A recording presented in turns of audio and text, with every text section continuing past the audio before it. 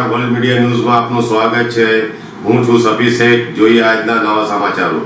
ભરૂચમાં લિફ્ટની ગંભીર બેદરકારી, 4 વર્ષનું બાળક ખાંચામાં પટકાયું।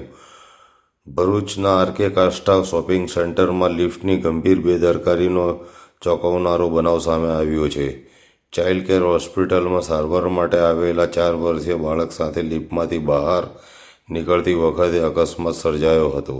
લિફ્ટ બીજા માળે અટકી જતા દરવાજો ખોલીને બહાર નીકળવાના પ્રયાસ દરમિયાન બાળક લિફ્ટના ખાંચામાં સરકી નીચે પટકાયું હતું। જૂના તવરા ગામનો 4 વર્ષીય તીર્થરાજસિંહ સારવાર બાદ પરિવાર સાથે ઘરે પરત ફરી રહ્યો હતો। તે સમયે લિફ્ટ અચાનક અટકી જતા પરિવારજનોએ અને અન્ય લોકોએ દરવાજો ખોલ્યો હતો। જોકે બહાર નીકળતી વખતે બાળક લિફ્ટના ખાંચામાં પટકાતા ગંભીર ઈજાઓ પહોંચી હતી। બાળકને ગંભીર હાલતમાં તાત્કાલિક મલ્ટી સ્પેશિયાલિટી હોસ્પિટલમાં ખસેડવામાં આવ્યો હતો। ઘટનાને પગલે સમગ્ર શોપિંગ સેન્ટરમાં ચકચાર મચી ગઈ હતી।